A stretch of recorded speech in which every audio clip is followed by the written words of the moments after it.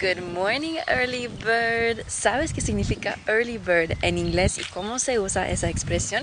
Pues en ese video te lo explico.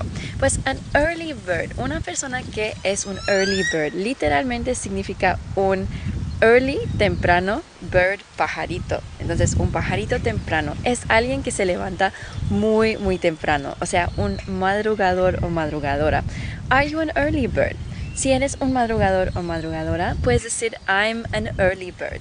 I'm an early bird. I love the morning. Me encantan las mañanas. So I'm an early bird. Or I wake up early. So I'm an early bird. Me levanto temprano. I wake up early. Entonces, dime en los comentarios, ¿Are you an early bird? O ¿Are you a night owl?